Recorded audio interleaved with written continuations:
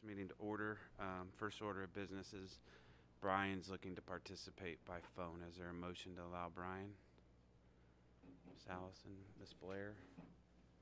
All those in favor? Aye. All those opposed?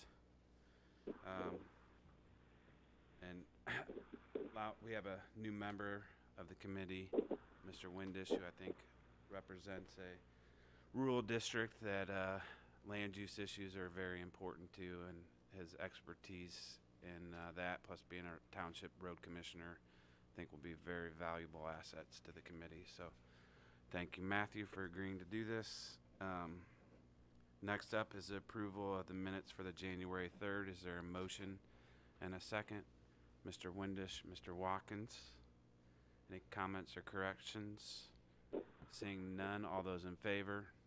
Aye. Aye. All those opposed? Ayes have it. Next we have the reports.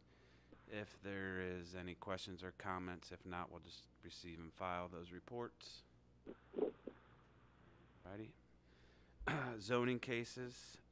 We have ZBA case 2022-000001, petition of Robert and Carol Meichner. Is there a motion to put this on the floor? Sharon, Ms. Blair. Andrew? Thank you, Mr. Dillon. This is a special use request from section 20-6.2.1.1.b of the Unified Development Ordinance. This section allows for a special use when a proposed land split does not meet the 40-acre minimum lot size in the A1 Agricultural Preservation Zoning District. The petitioner proposes to divide 1.5 acres from an existing 19.19 acre tract in order to separate and sell two existing buildings from the remaining agricultural use. This is the site of the former Dubit Seed Company along Farmington Road. There's about 19 acres of ag land on the original parcel, and the petitioner is seeking to split off that former Dubit Seed Company. They will retain the ag land. No cropland will be taken out of production, and then they propose to sell the 1.5 acre parcel. It is currently served by Illinois American Water, and it does have an existing private septic system. The parcel has frontage along North Taylor Road, a primary county highway, and West Farmington Road, a state route. According to the petitioner, they will utilize an easement off of North Taylor Road that will be recorded at the time of the split to access the remaining farmland. Staff has recommended approval, and the ZBA recommended approval by a vote of 5-0. Questions or comments for Andrew? Seeing none, all those in favor? Aye. Aye. All those opposed? Ayes have it unanimously. Next is case ZBA 2022-000005, petition of Peoria County, which is in regards to our wind ordinance. And before I have a motion and a second, I want to recognize Andrew Kite for all of his work. He was an attorney in town that is on our ZBA board, who put extensive time in best practices. This is one of his areas of expertise that he's seen and worked for on. So staff said that he put in a lot of extra time and was very helpful in this. So for a job that pays $0 and is volunteer and thankless at times, I want to make sure that we recognize Andrew for all of his Kite for all of his hard work on this. So is there a motion and a second to put this on the floor? Jennifer?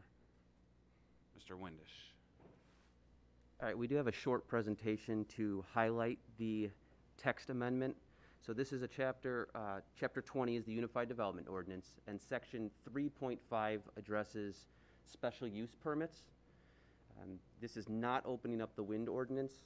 This is actually the application requirements for special use permits. So every month we see, just like our last case, special use is brought before this board, this committee, and so this outlines what is necessary to submit that application to planning and zoning to put this committee in the best position to make a recommendation moving forward. We've also added a definition. I do want to clarify that within the original packet there was an amendment to the fee schedule. However, due to publication issues, that is being stricken, is not up for discussion here today. So we have a couple of amendments that clarify the decisions available to the Zoning Board of Appeals and the Peoria County Board. This really is nothing new. It is identifying that the Board of Appeals or the committee can make recommendations. They can add conditions, or they can recommend denial. Previously, it just said they could recommend approval of special uses to the county board. So that's always been an option. We also wanted to add a section that specifies wind energy conversion system towers and how they can be voted on independently of each turbine. So as opposed to voting on a collective wind farm that might have 20 to 200 turbines, we wanted to make sure you had the opportunity to vote on just one individually if you so chose. The amendments also help protect the county from the continuous cost of land use regulations associated with development approvals. So within our ordinance, it talks about how there are certain levels of review that are required at different points in the process. One such example is an engineer needs to review a decommissioning plan every 4 years to make sure that the costs associated with decommissioning, as they continue to escalate, are still accurate within that decommissioning plan. So the county would have the ability to hire an independent analyst or engineer who could determine that those costs were satisfactory, and then that would be billed back to that applicant or owner or operator, so that the county is not facing a financial obligation based on a restriction that was imposed. The amendments also increase the amount of information required to file an application. That's going to help all parties involved, from staff to the Zoning Board of Appeals to the committee and then ultimately the county board. We now specifically name bats as part of the avian study. It previously only referred to birds. The location of emergency signage and contact information must be identified and disclosed on their site plan. Noise level certifications are now required, and we've increased the amounts of liability insurance that are required as part of these types of projects. The amendments ensure that the county and its citizens are adequately protected from end of project life or facility abandonment, both financially and structurally. So these projects are assumed to last for 25 years. In the event that they don't, there is a financial security agreement as part of a decommissioning plan that provides for funds to take the towers down. So it outlines specific requirements for that decommissioning plan. It defines abandonment specifically. It describes conditions for financial security, and it adds a clause that requires the decommissioning agreement to be approved by a resolution of the county board. Previously, that was something that was just reviewed by staff in the state's attorney's office. It is now going to be brought before the board in the event that we have one of these type of projects in the future. Lastly, we have a couple definitions. We've more accurately described what a participating property in a wind farm would be, and we've more accurately defined what a project area will be as part of the wind farm. I know this is very brief, but I do want to just explain what we did for our review process. We talked to 23 counties across the state that have existing wind farms. We asked them what they learned and what they wish they would have done differently. We talked to planners, building officials, road officials, fire departments or emergency personnel, and then attorneys, discussing application requirements, what could be placed as restrictions, how to handle road use agreements, what we should do with decommissioning plans, project area descriptions, and then lastly, the fees. So that's all I have for this particular amendment. I'm open to any questions that the committee might have, should you have any. Questions, comments? Mr. Chairman, Yes, Brian. did he say something about noise? I missed it. It was a noise ordinance, or was that regarding the wind turbines, or maybe I just didn't hear it because I'm not hearing quite everything. Did he say anything about noise? Yep, he's going to repeat it, Brian. Okay. For noise. The noise study, I believe. No, he doesn't need to repeat the whole thing. I was just wondering I heard 99% of it, but the part about the noise.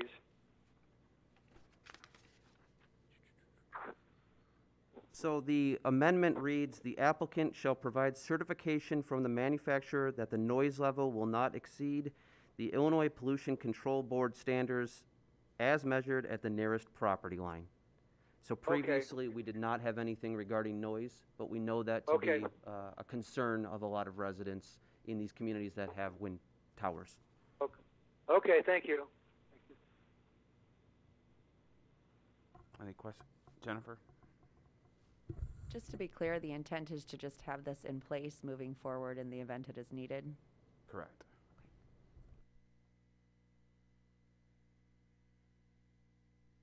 And that was one of the points that was, in the past, it was always said Peoria County wasn't in an ideal wind spot as a county like McLean County, but the technology has advanced so much that potentially it is. So we needed to update this and be proactive in case we did have an application, since there's a few studies going on in Peoria County versus being reactive and having them apply and not have this in place.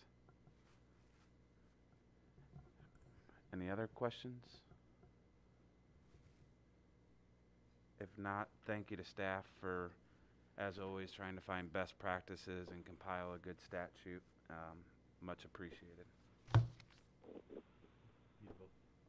All those in favor? Aye. Aye. All those opposed? Ayes have it. And then Andrew, maybe for the sake, since that was only a couple minutes, maybe at the full board meeting, short presentation on that too, in case somebody from the board doesn't understand it. That way it's explained to them. Absolutely. Next, I put up on discussion short-term rental. I know I've talked to many of you addressing concerns or questions that you might have. So what the process that we're going to go through today, me and Vice Chair Blair met with Andrew and Kathy last week, and Kathy is on vacation this week, so if you're wondering where she is. But they have a best practice slide and contacting other counties and other states to see what is being done. So what I envision today is let Andrew give his presentation, questions and comments from the board, and then I would allow, know that we have some people here from the public. I was going to allow for public comment on on Airbnbs in general. Close the public comment. There not to be a debate back and forth unless there was a question in regards to that, and then go back to board comments to see if there's any recommendations or anything you would like to see staff further look into to get back. But today is no action. It is just a working group, working session to have some discussion so that the board can better understand and have a better discussion about Airbnbs. So with that, I'll turn it over to Andrew for the PowerPoint. All right, thank you once again. All right, so short-term rentals fall under the county's classification of overnight accommodations. And so in the last couple of months, we've had several of these come before the board for approval. So it always says subject to the regulations of 7.8 overnight accommodations. So I thought I'd enlighten you as to what those are.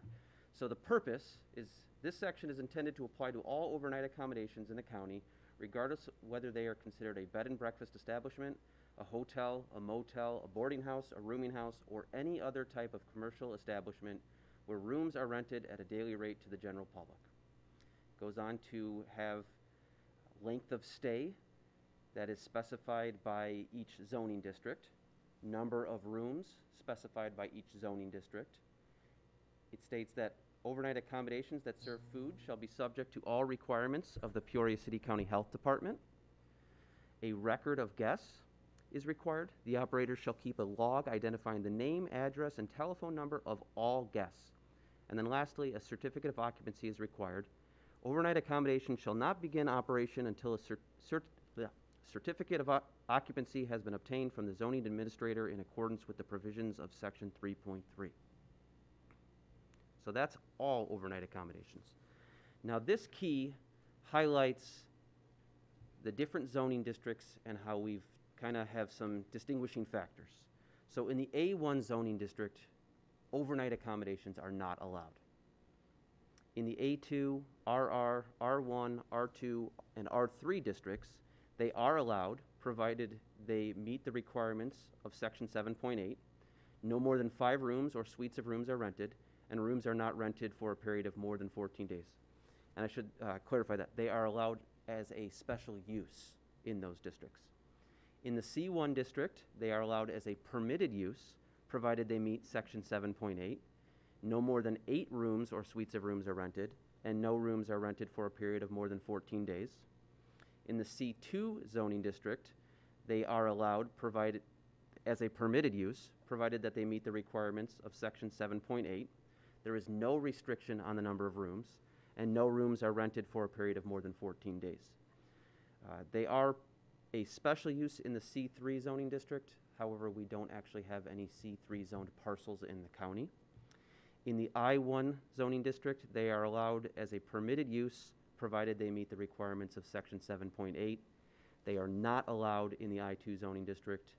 And then the RCC, which is the, I believe, Rural Community District, that's an overlay district in our original towns. Think of like a Kickapoo or an Edwards, where it would actually be defined in, as the town of Edwards or village of Kickapoo on a plat map. They are allowed as a special use, provided they meet the requirements of 7.8. No more than 8 rooms or suites are rented, and no rooms are rented for a period of more than 14 days. So I indicated that we have had several here in the past couple of months. To date, there have been 6 applications filed, 4 of which have been approved by the Peoria County Board, and we have a couple more that are forthcoming. This map highlights those 6 short-term rental requests with their property owner and their corresponding zoning case.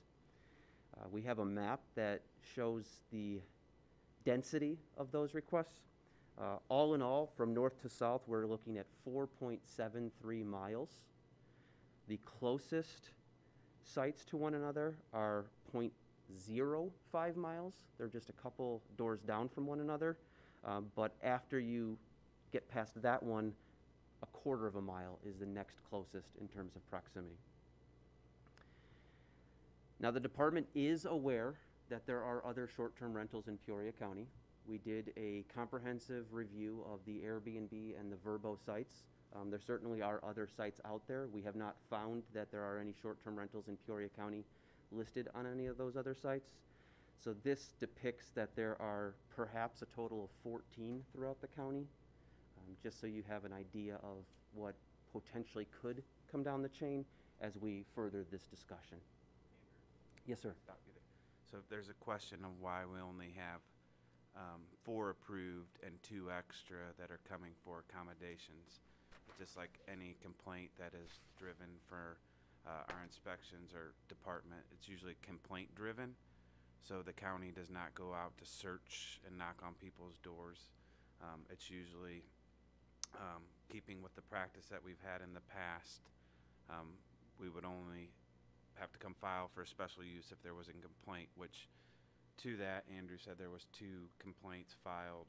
Was there 2 complaints filed or 1 complaint filed? So originally we had 1 complaint. That resulted in 3 additional complaints. The 2 that are forthcoming were not complaint driven. Not complaints, but I thought we had a complaint last week. I thought We you did said. have 1 additional complaint, and Yes. so that is being treated through the code enforcement process. And so then they would enter into a hearing, and then typically the hearing does not resolve until the fact unless the county board has settled on that. So just to let you know that we are not actively out seeking and knocking on their doors. It's a complaint-driven process, and that's the way we're going to keep it going forward. And that we ran that by the state's attorney, and then they're in agreement to keep the historical practices of not going and searching out, because staff doesn't need to be on the internet every day looking to see what changes on there. So just to, not to mean to interrupt, but just so that everybody understands, that's how we got here. And then Mr. Briscoe on his are actually the next 2 are proactive, and those are the first 2 that are proactive. Thank you. Okay, so we were asked to look at some best practices nationwide. And staff has actually been looking into this for several months and assembling whatever type of data we could find. So some of the major themes that I want to identify are hosted versus unhosted.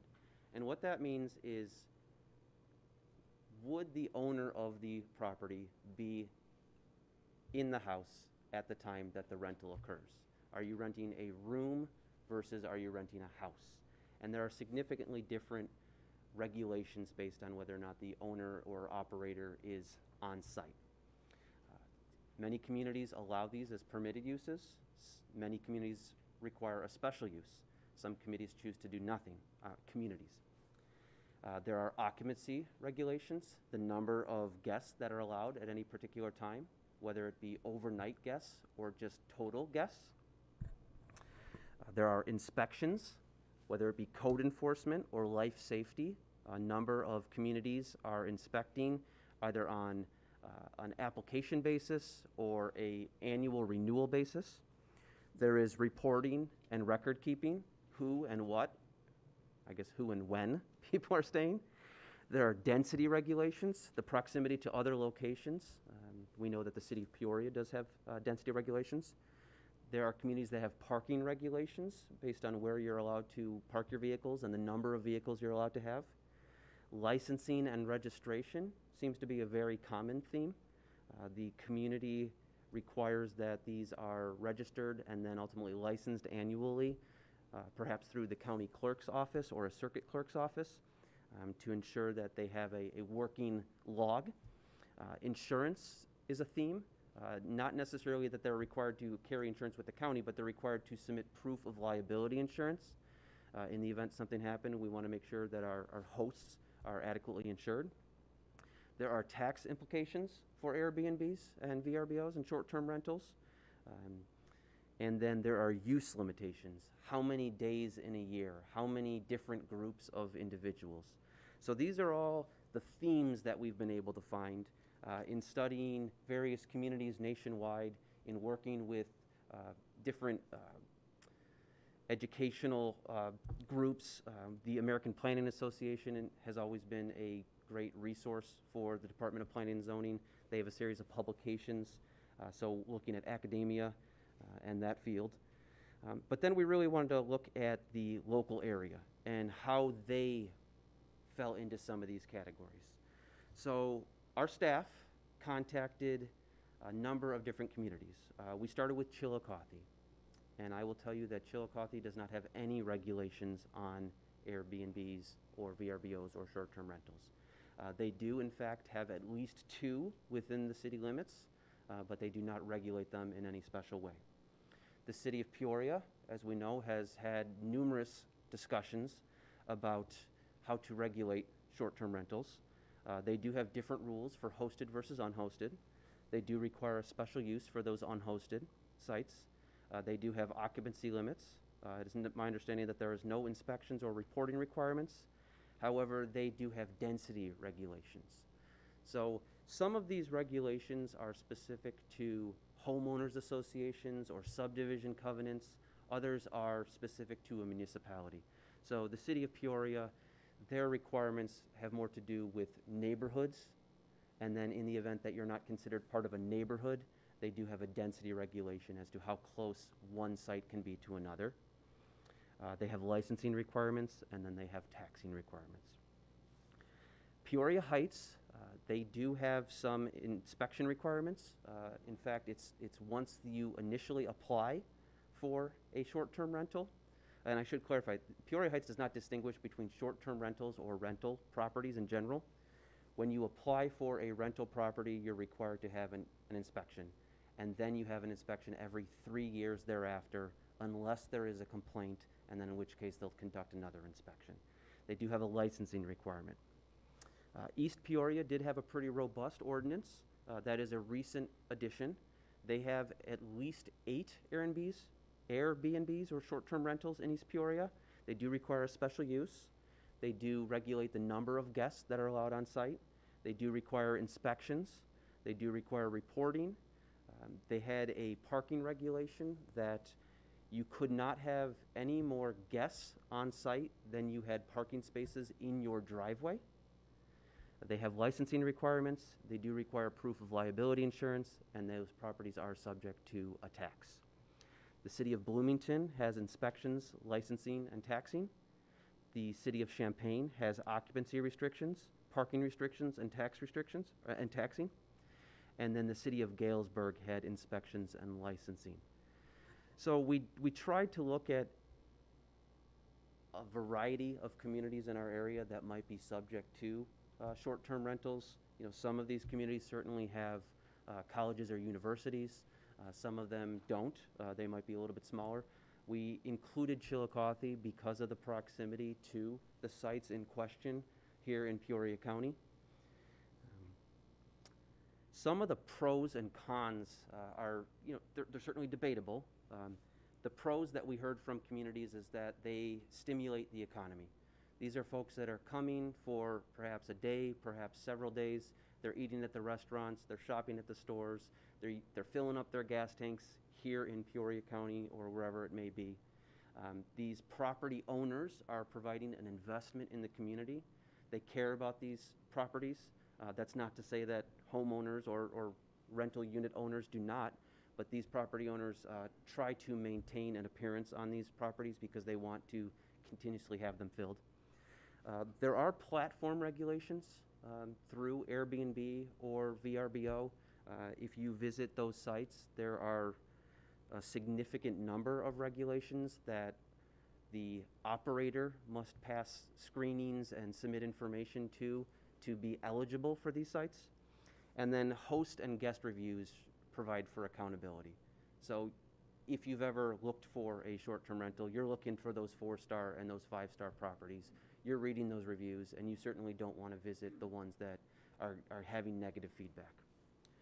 Some of the cons associated with short-term rentals is that it may create housing shortages, whether that be the availability of homes on the marketplace for owners or the availability of property available for rent.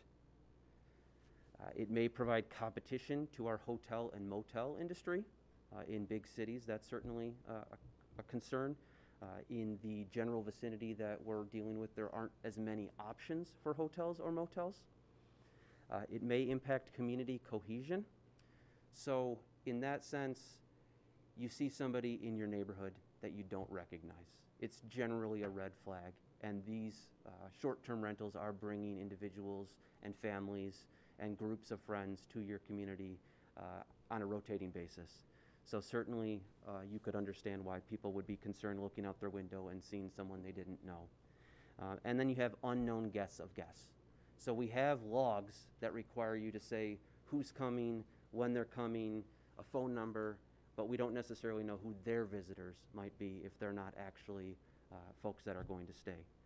So that's the information that we wanted to share with the committee, and we really just wanted to turn it over for discussion at this point. And I'm happy to answer any questions based on Planning and Zoning's research and analysis, but really we're just seeking some input on direction from the committee as to what you'd like us to do.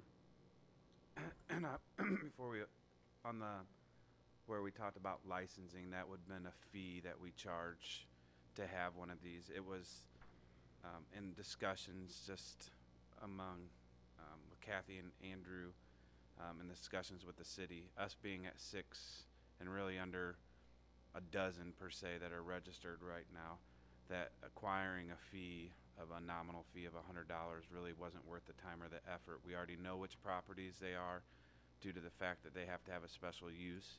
That special use is revocable at any time if there was a series of problems there. So we were not looking to create another burdensome layer of trying to track down a fee for that. So licensing was not something that we initially looked at when we did the first few projects, because some of the communities said that what they charge for that isn't even worth their time and effort to try to go after the fees. So just a discussion. That's why we did not get to the licensing or fee aspect in the initial one. So open it up for discussion of any board members before I would open it up to the public comments. Mr. Fennell? A property and you get this special use permit, do you have dual usage, could you use it half of the year as a longer-term rental, and then the other time within the 14-day rental? Absolutely. So the special use would allow the opportunity to utilize the property as an overnight accommodation or a short-term rental, but by no means would it restrict a property owner to only that use. In fact, they could occupy the structure themselves if they so chose and still have that availability so long as that special use was not revoked for whatever reason. Okay, thank you. Mr. Windisch? So I'll read this. This came from Mr. Lakaitis so that we can put it into the record. So what Mr. Windisch is referring to, Mr. Lakaitis, an attorney that represented the original objectors to the case, had submitted some language which I'll ask us to be put into the record, just like any public comment would be. But so he had given a list of banned Airbnbs altogether. B&Bs allowed only with consent. Can you speak into the mic more? Adjoining landowners, tax properties based on commercial use or income production, require all septic systems and well systems to be inspected for being in proper working order and capacity. Now, mind you, that is a health department issue, not necessarily the county's. The present county ordinance does not address B&Bs. The questions posed in the petition for special use are not particularly relevant. Hold owners strictly and personally liable for the actions of their guests. 3 strikes, you're out. Protect the privacy of adjoining neighbors. Require fences, sound barriers, no trespassing signs when required and paid for by Airbnb owners. Stress all properties are not alike and continue to encourage single-family ownership of residential property. And then he gave a suggestion of Airbnb special use restrictions, which are 14 of them, which I'll just have those put into the record instead of reading all through of those if need be as suggestions. But, well, I'll just read them into the record in case somebody would watch it on the public aspect. When purchasing a property with the intended use of an Airbnb, make the purchase contingent on getting a special use permit. Require owners to disclose to neighbors the intended use of the property and gauge as to whether it's a good fit prior to purchase. No more than 4 cars and encourage use of garages to minimize parking issues. Require adequate space. He has 30-foot question mark between the intended Airbnb and adjoining property dwelling. Require visual and sound barriers between properties. No more than 6 guests. Require the guests keep a list of all visitors to the property and notify the owners. The county should have a dedicated number to call for complaints. More than 5 complaints in 5 months, the permit is rescinded. No more than 2 Airbnbs in 5-mile area or 3-mile area or 7-mile. I don't know what that number is. But annual renewal and fees. Be sure an Airbnb is consistent with the character of the neighborhood. Property should be subject to building codes and inspections. Ignorance of the law should not be condoned, and acknowledge that certain desirable properties on rivers and lakes are more apt to be rented as party houses. Again, that was from Mr. Lakaitis, an attorney in the Chillicothe area who couldn't be present today, and these were his comments for public record. So that's where those came from. Does that answer your question, Matt?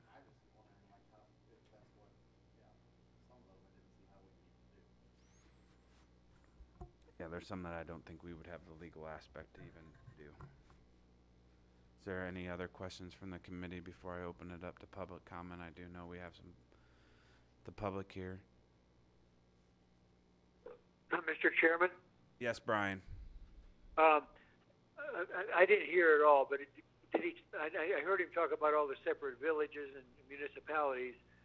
Did he talk about density in there? I wasn't able to hear quite all of it, as far as so many per block or so many per fourth of a mile or fourth of a square mile or anything like that. The city of Peoria had a density requirement on his local area analysis.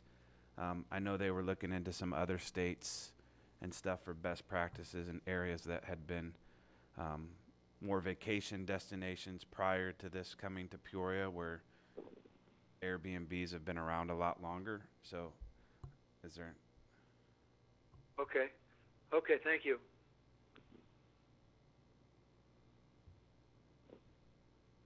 And then I would just ask if there's any questions from the committee. Eden? Do we have any of the operators here today, the landowners? We do. So I'm gonna, in the public comment portion of, I was gonna allow, and just, so, is that what you, Yeah, I just wanted to I wanted to see if they'd be willing to talk about any improvements they've made, particularly in terms of protecting these properties from flooding, et cetera, while they do their public comments. and so that, for the public comments, I know a few of you are here as proponents that how many people do we have that would like to make public comment?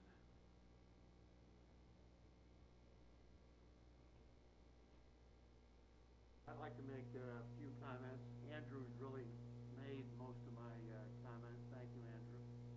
So I'll just ask for the public comment so that we can get it in the record. Just give your name, and then talk into the microphone there so that everybody can hear. Try to talk into it loud because we have somebody on the phone too and trying to record it, so.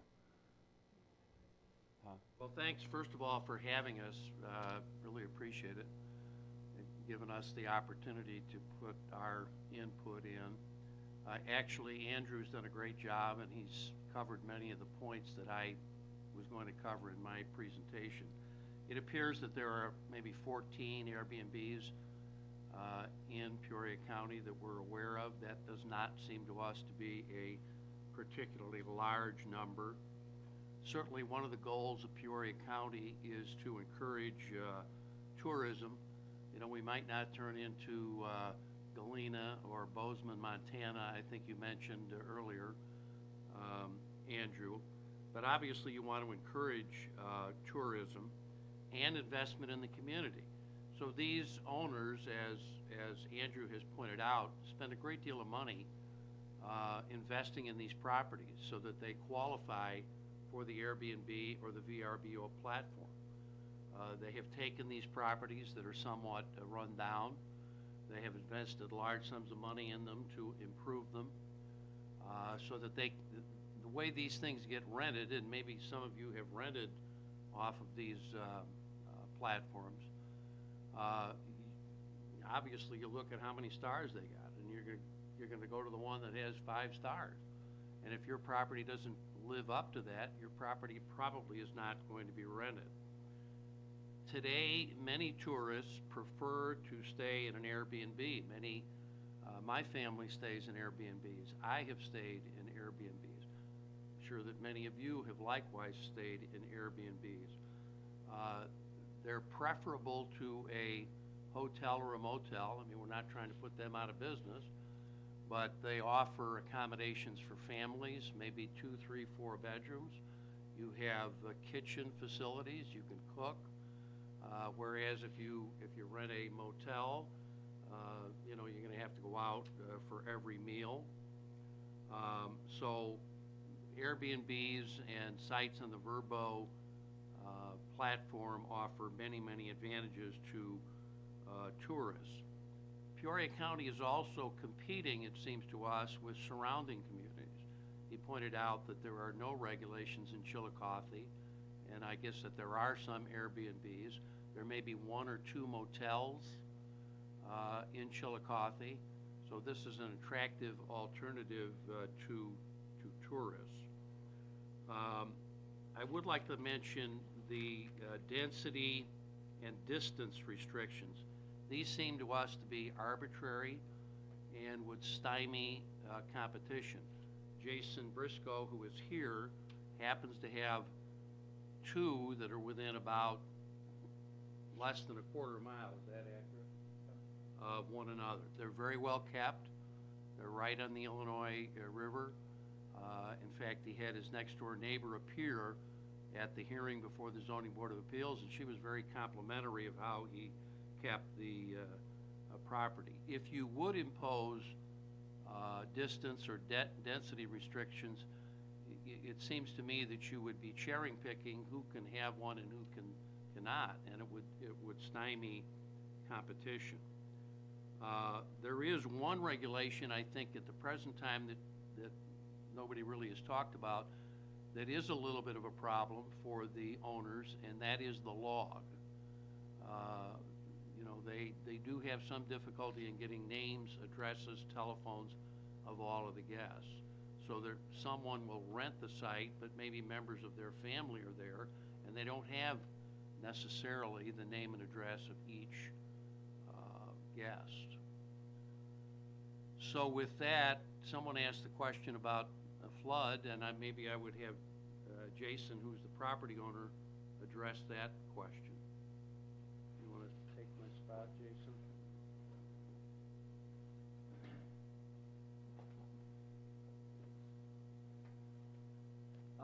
Specifically about the floods, I mean, the properties that, I guess I'll speak for myself, I currently own have all been elevated to county standards. They have allowing the water to come in and out, so, you know, and then there's, of course, you got the precautions that when the water comes up that you're gonna have to raise doors and you're gonna have to clean up the mess afterwards, basically. It's part of the downside of having property along the river. I do have other properties along river, and I always tell people it's beautiful until it's not. And when it's not, God makes it not beautiful, and then you have to just clean it up after. But none of the living space is below grade. All the utilities are above grade. I mean, whether it's the gas meters and everything else have all been raised to the standards required by the county and all the properties. But certainly does not prevent yard and perhaps garage areas or things of that nature from getting it.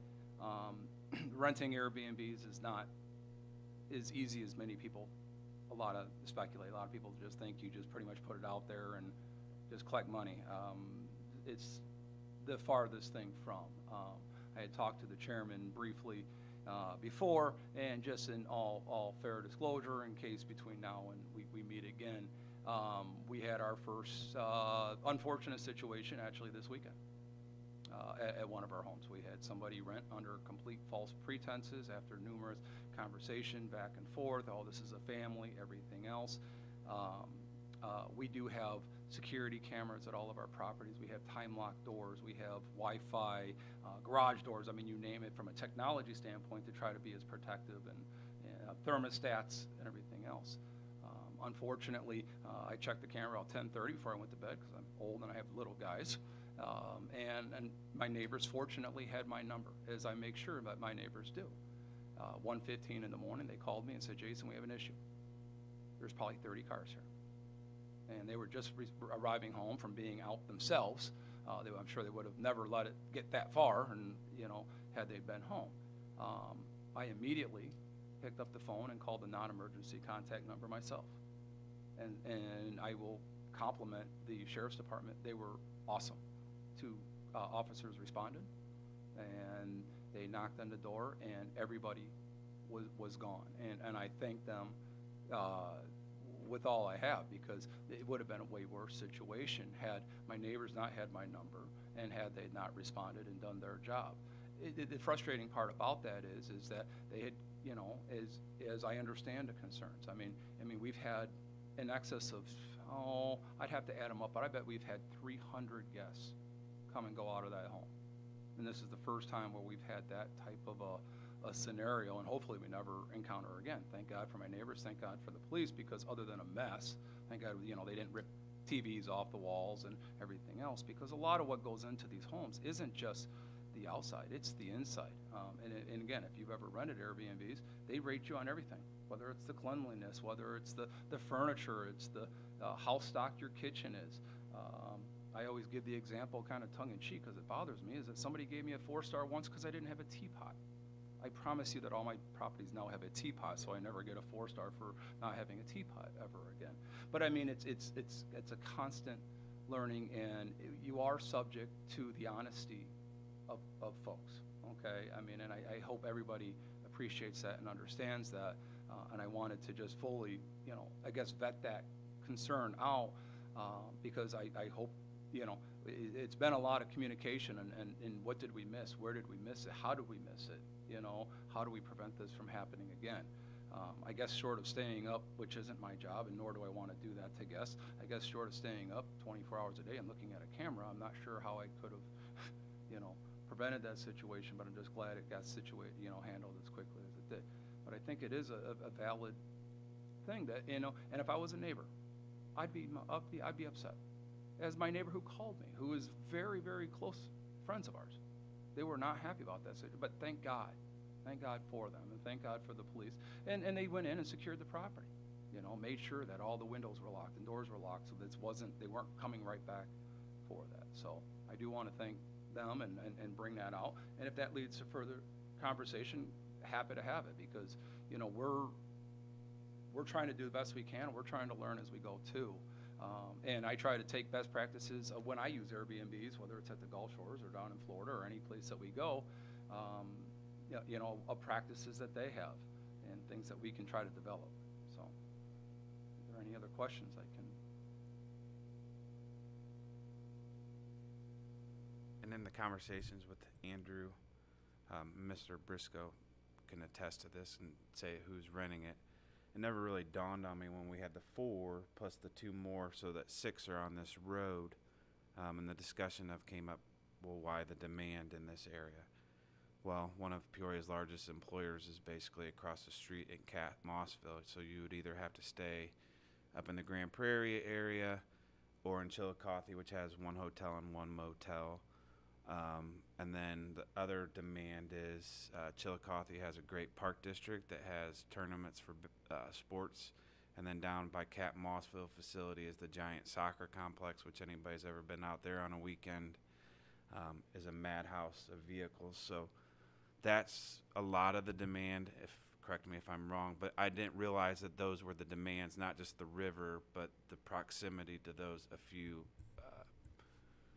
I would say probably at about 80% of our rentals are actually coming for a purpose, meaning that they're just not coming to get away. While I think it's beautiful, and I tell every guest that's coming, if they're not from the area, I said, and I mean this sincerely, if there is a better view in Illinois, I have not yet seen it. Okay, there may be, but I just haven't personally seen it. It's great, but we do get a lot of people that are coming in for work. A lot that come in for short-term jobs, things of that nature. And of course, the weekends is very much dictated by the social events of Peoria County, whether there's a concert down here or up in Chillicothe there, or all the baseball tournaments. I mean, they had the largest youth baseball tournament in the nation or something that they do every single year. The soccer, the volleyball, the indoor, I mean, there's all kinds of great things that I think Peoria is promoting, and it's just simply that's what people are coming in for. I would say the other really big use is people come in because they grew up here, and they moved, and they're coming back for family, whether they're coming back for a holiday or a wedding or a funeral or a birthday party. We get a lot of family units that are from Peoria and know the Peoria area, and that's why they choose to come back. It's not just it's very, very few that just say, geez, I'm just going to come out of Chicago to go to Peoria. I mean, it's just not what we're seeing the purpose of it being. Now, I'm not saying none of them do, but it's very few and limited in that capacity. And I know it was brought up, and I believe Mr. Briscoe could address it too. I think you mentioned in a meeting that most your surrounding neighbors all do have your phone number, and the other ones mentioned that too. Yeah, we found that was a best practice nationwide, that either you have your contact information with your neighbors, or you have an emergency contact within a specific distance or proximity in the event somebody needed to attend to the property. Ms. Blair. Yep. I didn't know if we were still in public comments.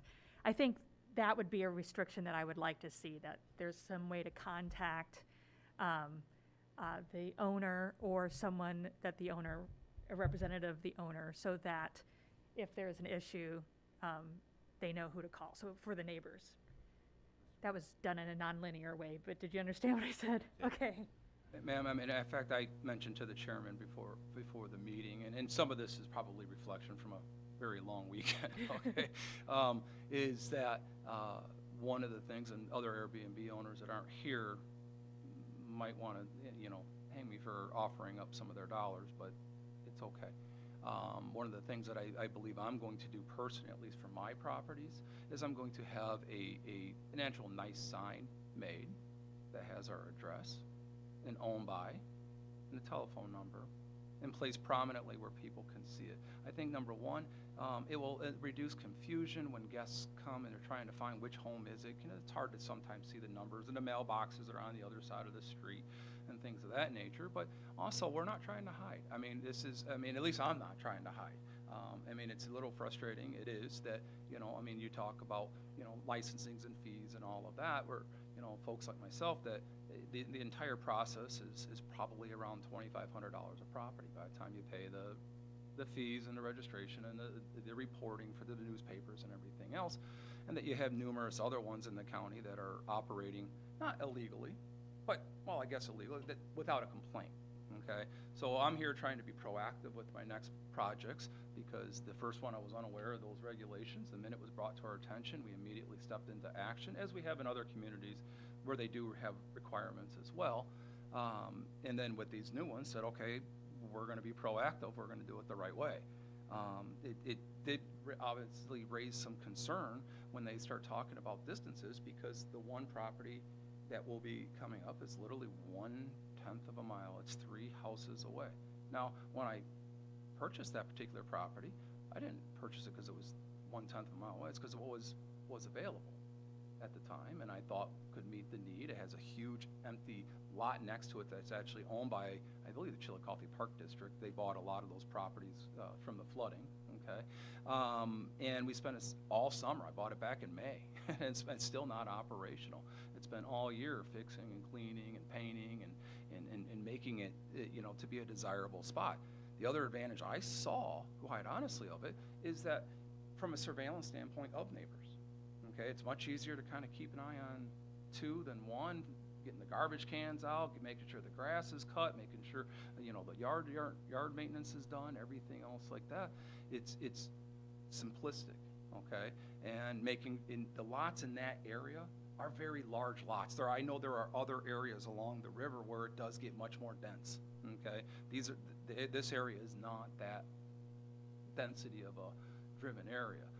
The other application actually has a public launch, and there is no homes for an entire, block or more to the south of where the one is at. Again, that was one of the reasons I chose it, is because I personally don't think it's a great experience. And again, going back to the rating and concern for your ratings, because you live and die in your ratings, as Andrew, I think, adequately expressed. If you don't have those high ratings and those good comments from guests, they're just not going to pick your home. So, and I think part of that is having enough space and yard space where they don't feel like they're disrupting somebody else, and they have room to kind of be the family unit and enjoy the property for what they use. So sometimes I think it depends on density. Isn't necessarily location, but kind of the surrounding of how big, how wide, how long the lots are, everything else, I do think plays a role. I think a lot of those properties will weed themselves out through the market. I think the market will dictate eventually which properties are well run, which properties are well maintained, and which ones are desirable. Is there anybody else from the public that would like to speak? Thank you. Thank you, Mr. Briscoe. And I think Dr. Blair brought up, and this is what drove the conversation, was from Brian referring to a letter that was sent, and reviewing that letter again today, that saying that he was not against him, but he thought there needed to be some regulations. And the 3 things I took out of that was, he made a comment about distance, which I don't think we're at a distance aspect yet for the mount, but contact info, which that was just brought up, and if that wasn't opposed as a restriction, put the contact info on the front of the yard.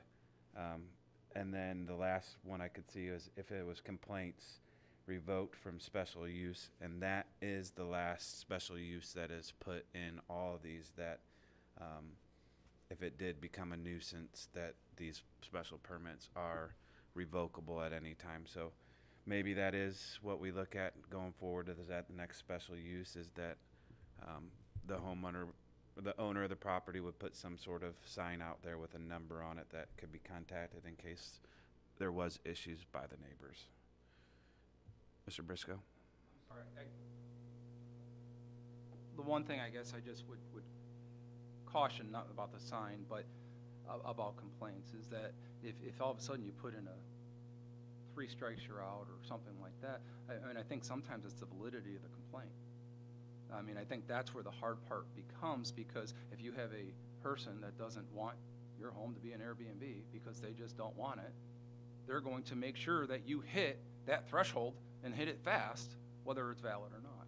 So I think that's one of the things. I don't know how you would, it's a very tough thing for the board to consider, but I don't know how you would stress the difference between a valid and I don't like this, and so I'm griping about it every day so I can make you go away. I think that's a very slippery slope, just from my standpoint as an owner. No, I think there's a understanding of, from the board, what a legitimate complaint is versus a neighborly fight complaint would be, per se.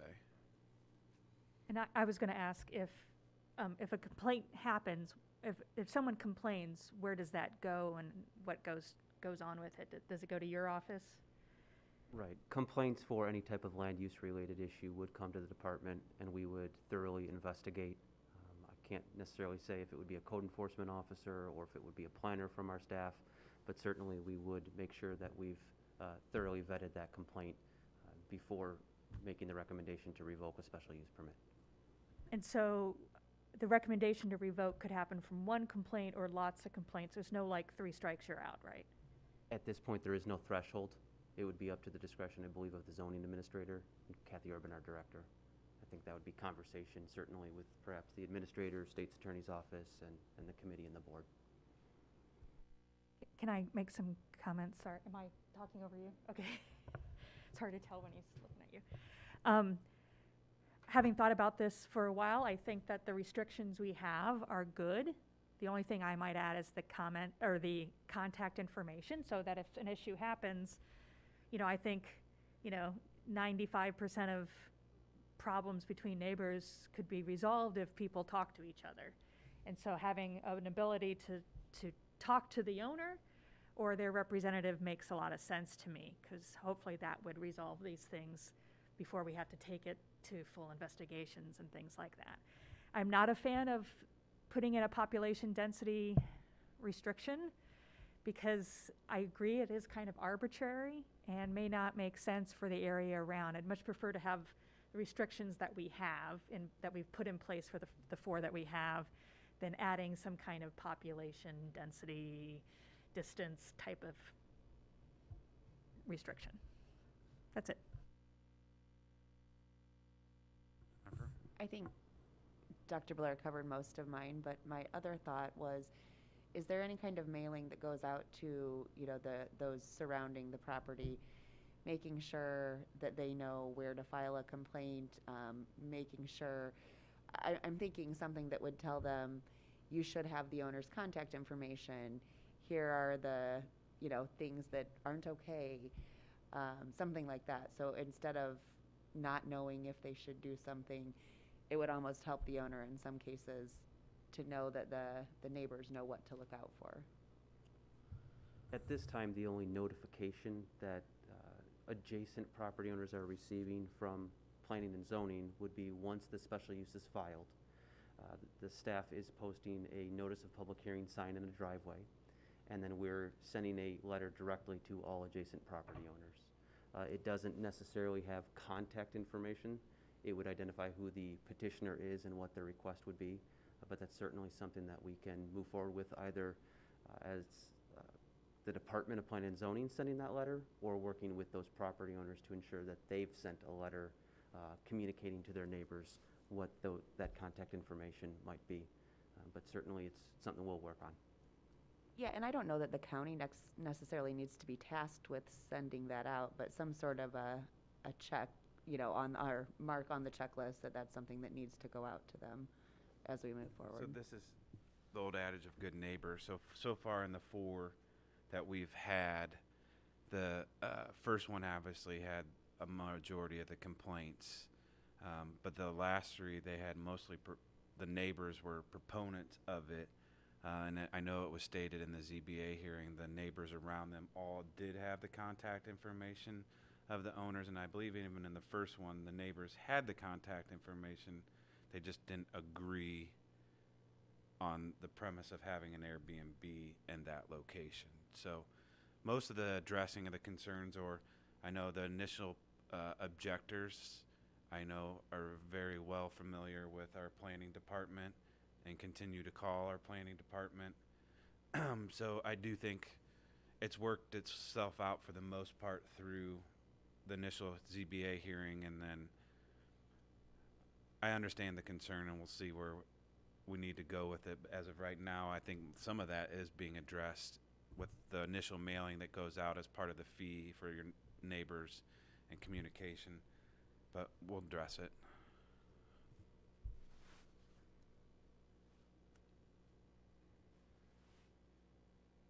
Any other questions or comments?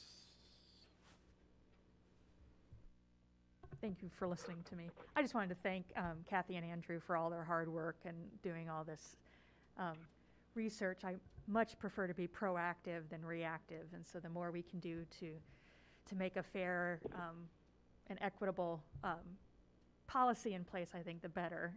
And I do encourage, small business owners and entrepreneurs in this area, so I do think that these are a benefit to our community, more so than a detriment.